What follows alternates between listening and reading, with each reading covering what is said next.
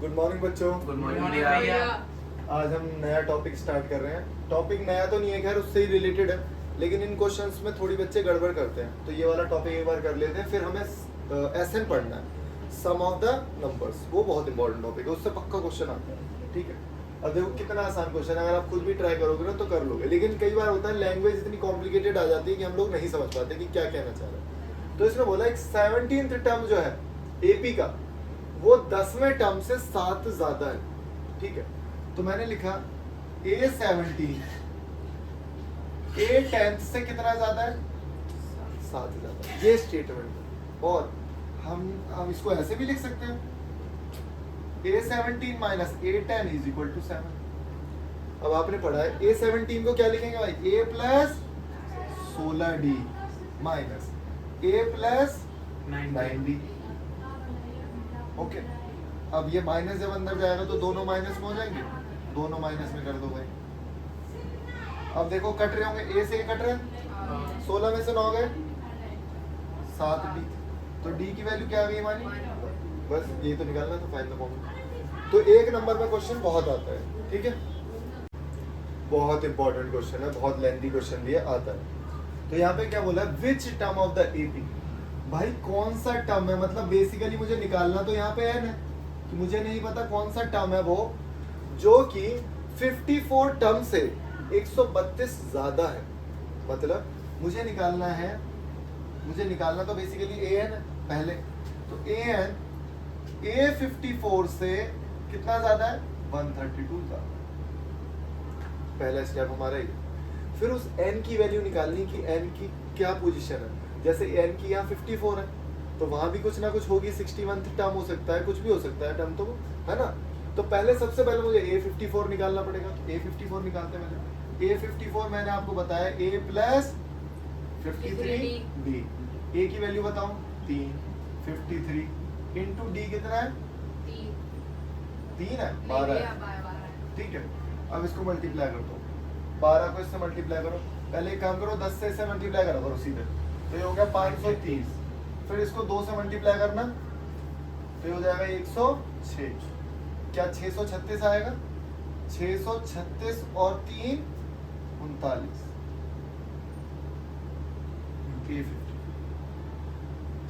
मैंने इसको ना ब्रेक कर लिया 10 और 2 में। तो पहले मैंने 10 से मल्टीप्लाई कर दिया, फिर मैंने 2 से मल्टीप्लाई करके जोड़ दिया, फिर 3 भी जोड़ दिया, उसमें आ गया। नहीं तो आप देसी तरीके से कैलकुलेट कर लो भाई। अब A54 आ गया, तो ठीक है, equation 1 equation 2 put in equation 1, equation 2 को इक्वेशन 1 में पुट करना है। ठीक है भाई, तो मैंने लिखा A54 कितना है, प्लस 130। तो भाई कितना आ गया, ऐड कर दो इसे, 11 की A 770। एक बार चेक कर लो, 770 का नहीं आ रहा। ठीक है, ओके। अब बोला है ये जो 771 है ना, ये इसकी पोजीशन क्या है, मतलब कौन सी पोजीशन पे आएगा, जैसे पहली पोजीशन, दूसरी, तीसरी, क्या पोजीशन है इसकी। तो बेसिकली निकालना क्या हमें, an निकालना है, मतलब n निकालना है। तो वही फॉर्मूला सिंपल सा, an is equal to a plus n minus 1d। an कितना है 771, a कितना है 3, n की वैल्यू नहीं पता, d कितना है 1। इस 3 को इधर लेके आओ, 3 को इधर लेके आओ, माइनस करो 3 को, 668 is equal to 768 sorry 768 n minus 1 12। क्या आप लोग ऐसे कर सकते हो, 12 को डिवाइड कर सकते हो इससे, करो। 12 6 जा 4 बचेगा, 4 जा n माइनस 1 को इधर लेके आओ। तो विच टर्म 65 टर्म ऐसा होगा, 65 टर्म ऐसा होगा, 65 टर्म जो कि 54 टर्म से 132 ज्यादा होगा। समझे, पूरा समझो ध्यान से, बहुत ही फेवरेट क्वेश्चन है टीचर्स का, आता है, और एनसीईआरटी का है तो कभी भी आ सकता है। ठीक है, बता दो, ये भी बहुत अच्छा क्वेश्चन है।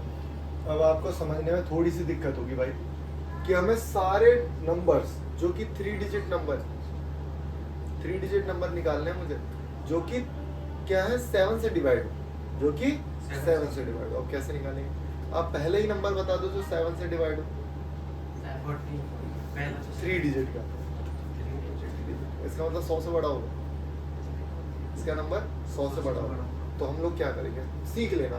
यहाँ पे 7 लिखा हो, 13 लिखा हो, बहुत आता है क्वेश्चन, ठीक है। कभी भी क्वेश्चन आए तो उसे कैसे समझना, आपको कुछ नहीं करना। पहला 3 डिजिट का नंबर बताओ, ऋषभ बताएगा। पहला 3 डिजिट का नंबर भैया 999 पहला बोला गवार, ठीक है। अब मैं इसे 7 से डिवाइड करूंगा, तो जब मैंने इसे 7 से डिवाइड किया तो 7 1 जा 7, और यहाँ पे बचा 3 28, और यहाँ पे बचा 2। इसका मतलब 2 बच रहा है। अगर 2 नहीं बचता तो वो नंबर डिवाइड हो रहा होता, क्यों? 2 माइनस कर देगा तो क्या आएगा नंबर? 98 आएगा। लेकिन फंस गया यार, ये तो 2 डिजिट का है। 7 जोड़ देंगे उसमें कितना आ जाएगा? 105। तो 105 मेरा पहला ऐसा नंबर है। अब 2 तरीके बता रहा हूँ मैं, ध्यान से देखो। 105 फिर 7 जोड़ो, 112 फिर 7 जोड़ो, 119। ये मेरे ऐसे नंबर है जो 7 से डिवाइड होंगे। पहला नंबर ये, क्योंकि इससे पहले तो 98 है, उसको तो मैं ले नहीं सकता, वो 2 डिजिट का है। दोबारा समझो कि 2 तरीके क्या है। एक तो आप ऐसे देख लो यार, 2 बच रहा है, 2 में आप क्या जोड़ दो तो वो नंबर 7 बन जाए। 5 जोड़, इसमें 5 जोड़ तो वो क्या बन जाएगा हमारा? 105, ठीक है। ओके, अब दूसरा स्टेप क्या है? अब सबसे बड़ा नंबर भी निकालना है मुझे। सबसे बड़ा नंबर क्या है? 998। मैं चेक करके देखूंगा 7 से हो रहा है क्या। 7 2 9 28 19 14 5 एक्स्ट्रा बच रहा है। अगर ये 5 नहीं बचता, अगर ये 5 नहीं बचता तो पूरा पूरा डिवाइड हो जाता है। इसका मतलब ये 5 एक्स्ट्रा है, फालतू है। 5 माइनस कर दो, 5 आपने माइनस किया तो 994। और देखो अगर मैं डिवाइड करूंगा ना ऐसे 7 से, तो 7 29 28 1 14 हो रहा है ना? बिल्कुल हो रहा है जी। तो ये नंबर क्या आ गया? 994।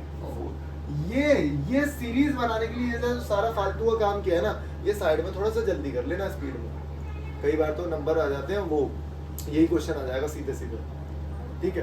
तो जब यही क्वेश्चन अगर सीधे सीधे आ जाता है तो फिर सीधे सीधे आप पुट कर दो, याद भी कर सकते हो 2 नंबर। तो 105 हमें याद होता है वैसे, ठीक है।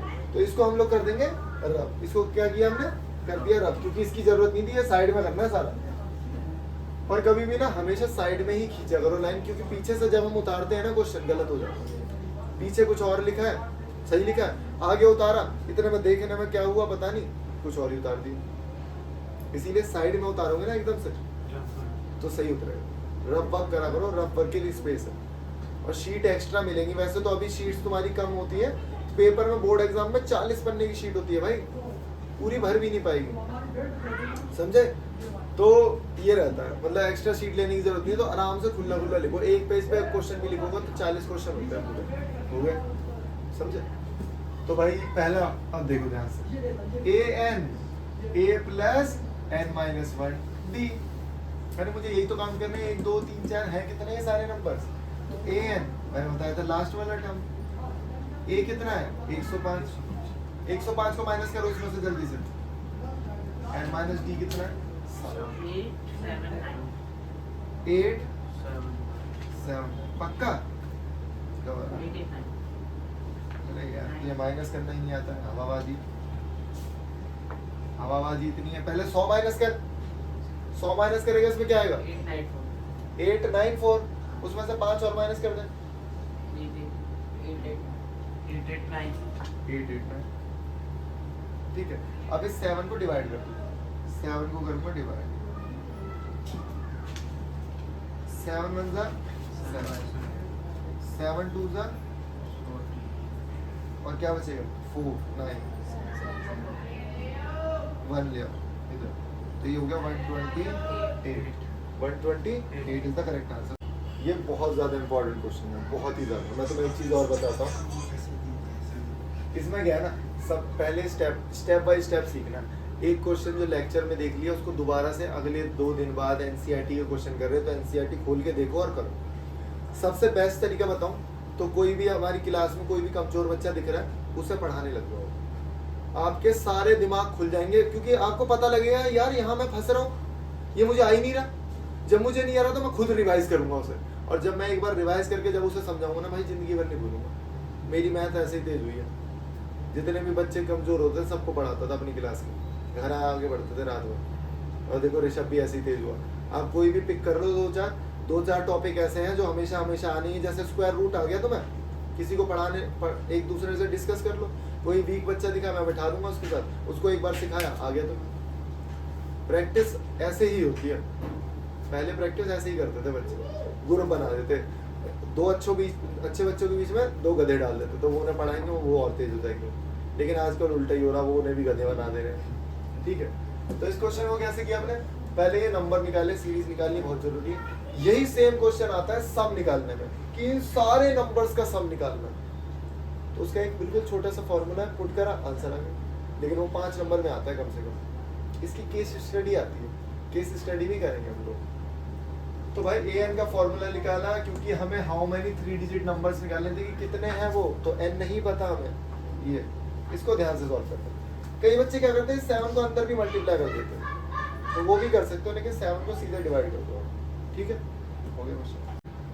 अब ये क्वेश्चन ये भी बहुत आसान है, ध्यान से देखना। हाउ मेनी मल्टीपल्स ऑफ 4, मतलब अगर मैं तुमसे पूछूं कि 1 से लेके 40 तक, या मैं बोलूं 1 से लेके 42 तक कितने नंबर आते हैं जो 4 की टेबल में आते हैं, तो आपको तो पता ही है 4, 8, 40 तक आते हैं, 10 नंबर आते हैं। लेकिन अब यहाँ फंस गए तुम लोग, यहाँ कितने आते हैं, कैसे काउंट करेंगे, नंबर भी बहुत सारे हैं। तो हमें कुछ नहीं है, एपी 10 के बाद पहला नंबर कौन सा है भाई, 12, 16 डॉट डॉट डॉट, लेकिन 250 फिर नहीं होता, 250 नहीं होता, तो साइड में लिखूंगा 250, 24, 10, 8, 2 एक्स्ट्रा बच रहा है, तो मतलब 2 माइनस कर दो। अगर 2 माइनस कर दूंगा तो 2 बचे गई, जो बच रहा है फालतू को से मैंने हटा दिया। ठीक है भाई, ये ना मेरा a कितना है 12, d कितना है 4, an का formula a plus n minus 1 d, और मुझे बोला हाउ मेनी मल्टीपल्स, तो मतलब n निकालना है। an की जगह लिखूंगा 248, a की जगह लिखूंगा 12 को माइनस करो इसमें से, इस बार सही कर लेना, माइनस 236, और यहाँ d कितना है 4, n माइनस 1 4 को इससे करूंगा डिवाइड, n माइनस 1 कितना है डिवाइड करके 59, और वहां से एक नंबर इधर ले आओ, ये हो गया 60, n हो गया हमारा 60। ओके, तो 60 नंबर है, हो गया क्वेश्चन। ठीक है, तो आज का लास्ट क्वेश्चन कर रहे हैं। ठीक है, इसको बहुत अच्छे से समझना। एंड वाले टर्म जो फ्रॉम द लास्ट वाले, वो मैंने पिछली वीडियो में करा दिए हैं, इसके आगे का जो क्वेश्चन है वो वहां से देख के करोगे आप। ठीक है, अब ये क्वेश्चन क्या है, मान लो, ध्यान से देखो, मैंने बोला 2 बच्चों की रेस हो रही है। ठीक है, ये स्टार्टिंग पॉइंट है, लेकिन एक बच्चा जो है ना वो आगे से दौड़ रहा है, यहां से दौड़ रहा है, लेकिन वो जो स्टेप ले रहा है ना वो उसके 2-2 मीटर के स्टेप है। मतलब उसके स्टेप कितने हैं, तो उसका जंप कितना है 2 मीटर का। ये भाई साहब जो है वो पीछे से स्टार्ट कर रहे हैं, लेकिन इनका जो स्टेप है वो 5-5 मीटर का। तो क्या कभी ना कभी ये उसके पास पहुंच जाएगा? ऑफ कोर्स सी बात है, क्योंकि गेन ले रहा है। बिल्कुल यहाँ पे भी क्वेश्चन सेम ही है, ध्यान से देखो। ये एक एपी है जो कि नंबर्स बड़े से स्टार्ट हो रहे हैं, छोटा नहीं है, 63 बड़ा नंबर है और ये 3 है। तो बताओ कौन सा बड़े से स्टार्ट हो रहा है? ये बड़े से स्टार्ट हो रहा है, मतलब ये पहले से ही आगे है। ध्यान से देखो, ये नंबर, ये सीरीज चल रही थी 2, ये ऑलरेडी 63 पे है, 63, फिर आगे 65, फिर 67, और ये यहाँ से स्टार्ट हो रही है 3 के बाद 10 के बाद 17, और पक्का ये कभी ना कभी से क्रॉस करेगी, मैच होगी। ठीक है, तो बस यही कहानी है कि वो कब मैच होगी, कब n की क्या वैल्यू होगी जिसपे दोनों की वैल्यू सेम आ जाएगी। देखो ना, खुद देखो, मैंने 2 का पहाड़ा भी पढ़ा और मैंने 5 का पहाड़ा भी पढ़ा। तो 2 का पहाड़ा पढ़ूंगा, 2 का जंप लूंगा तो 10 आएगा, और 5 के में 5 1 5 5 2 10, समझ रहे हो? बिल्कुल ऐसे, इसे कम जंप लेने पड़ेंगे, इसे कम दूर जाना पड़ेगा, लेकिन आ जाएगा। तो बोला है कौन सा ऐसा नंबर है n की वैल्यू क्या हो, समझे? तो वही मैं आपको बता रहा हूँ, ध्यान से देखना। सबसे पहले यहाँ पे लिखेंगे A N is equal to A plus N minus one D. ठीक है, इसका जो ए एन होगा, मैंने बताया ना, कभी ना कभी ऐसा टर्म आएगा जो दोनों का टर्म इक्वल होगा। मतलब कभी ना कभी एक ऐसा नंबर आएगा जो दोनों सेम होगा, जो दोनों सेम, समझे? तो वही हमें बताना है कि कौन सा टर्म होगा। तो हमने ए एन इसका लिखा और ए एन इस वाले का भी लिखूंगा। ठीक है, तो ए एन मैंने इस वाले का भी लिखा, ए प्लस एन माइनस वन। लेकिन भाई इसका ए अलग है और उसका ए अलग है, इसीलिए बस याद ये रखना है, इन दोनों को रखना है हमें सेपरेट। इन दोनों को क्या रखना है? सेपरेट रखना है। तो चलो पुट करते हैं जल्दी से वैल्यू। तो यहाँ पे ए की वैल्यू क्या है? 63 प्लस एन नहीं पता, डी की वैल्यू क्या है? 2। यहाँ पे ए की वैल्यू क्या है? 3, डी की वैल्यू क्या है? 7। दोनों को रख दो बराबर, ए एन वन ले लो और इसको ए एन टू ले लो, दोनों हैं बराबर, ए एन वन बराबर ए एन टू। तो ये हो गया 63 प्लस एन माइनस वन 2 और 3 प्लस एन माइनस वन 7। वैसे तो मैं इसे यहाँ भी सॉल्व कर सकता हूँ आगे, लेकिन चलो अब कर लेते हैं। 63 इसको अंदर भेज दो, 2n minus 3 plus 7n minus 7। इसमें से 2 गए, 61 प्लस 2n माइनस 4। उसको इधर लिया ना, ये हो जाएगा 65, इसको उधर भेज देना, 5n। n की वैल्यू आ गई 65/5, 13। मतलब अगर मैं इसका 13वां टर्म निकालूंगा ना और उसका 13वां टर्म निकालूंगा तो सेम आ जाएगा। कर लेते हैं पुट, क्या दिक्कत है? इसमें रख देते हैं 13, 13 में से एक क्या? 12, 12 दूनी 24, 24 इसमें ऐड कर दो तो ये आया 87। 12 में से एक माइनस करना, सॉरी 13 लेंगे ना, 13 में से एक माइनस करना, 12 सत्ते 84 और इसमें 3 ऐड करना 87। दोनों आ रहे हैं ना? ठीक है, बहुत इंपॉर्टेंट क्वेश्चन है, बच्चों को समझ में ही नहीं आता क्या लैंग्वेज है, क्या पूछ रहा है। तो वैसे तो आंसर 13 है इसका, लेकिन हमने प्रूव दैट करके भी दिखा दिया, वो करने की जरूरत नहीं है। ठीक है, और बहुत बड़ी गलती पता है बच्चे क्या कर रहे हैं? लिखा है form the equation, linear equation बनानी है, 1 नंबर का क्वेश्चन है, उसको सॉल्व करके एक्स और वाई की वैल्यू भी निकाल रहे हैं। 2 पन्नों का आंसर कर दिया, 1-2 लाइन का क्वेश्चन था, 1 नंबर का क्वेश्चन था। बस ये देखो पूछा कितना है उतना ही लिखना है मुझे। हमेशा याद रखो बेटा, 1 नंबर के क्वेश्चन मतलब 1 लाइन या 2 लाइन ज्यादा से ज्यादा बस। और बोर्ड में जितने हो रहे हैं शुरू में कर लो, ऐसा लग रहा है ना यार ये नहीं हो रहे, टाइम लग रहा है इनमें, छोड़ दो, बाद में करेंगे या इधर उधर से पूछ पाछ के कर लेंगे, लास्ट में कोई टॉपर तो होगा ही क्लास में, बस हो गया। हमें तो मार्क्स चाहिए अल्टीमेटली, पहला काम तो पढ़ना ही है हमें, अगर नहीं हो रही पढ़ाई तो बता रहा हूँ। ठीक है, ये वाला क्वेश्चन हमारा हो गया। ओके, देखो ये लास्ट क्वेश्चन है, बहुत ही आसान क्वेश्चन है। क्या बोला? Sum of 4th term and 8th term, मतलब sum of 4th term and 8th term is 24 and sum of 6th term and 10th term, sum of 6th term और 10th टर्म इज 44। तो क्या मैं a को a plus 3d लिख सकता हूँ? क्या मैं इसको a प्लस 7d लिख सकता हूँ? क्या ये 2a प्लस 10d हो जाएगा? इसको मैं क्या a प्लस 5d लिख सकता हूँ? a प्लस 9d लिख सकता हूँ? तो 2a plus 14d is equal to 44। ये इक्वेशन 1 और इक्वेशन 2। अब इतनी बड़ी बड़ी इक्वेशन आप सॉल्व कर चुके हो तो ये तो बहुत बच्चों वाली है। इसमें एक तरीका और है, आप 2 कॉमन भी ले सकते हो भाई, 2 कॉमन ले लो या फिर ऐसे ही सॉल्व कर दो, छोड़ो ना, सॉल्व करते हैं। 2a plus 14d is equal to 44 और 2a plus 10d is equal to 24। कितना? ये दोनों कट गए, 4d, यहाँ पे 20, तो d की वैल्यू क्या आई? 5। अब d की वैल्यू यहाँ 5 पुट कर दो, 5 पुट करना है, 50 को उधर भेज दो, 26, लेकिन माइनस का 26। a की वैल्यू आ रही है -3, a की वैल्यू कितनी आ रही है? -3। बस। लेकिन पहले 3 टर्म पूछे, अभी भी क्वेश्चन नहीं हुआ पूरा। माइनस तेरा पहला टर्म है, 5 जोड़ो इसमें। -13 हाँ 18 -18 ना 5 जोड़ो, 5 प्लस करो 8 माइनस का और फिर -3। ठीक है, आ गया इस तरीके से होगा।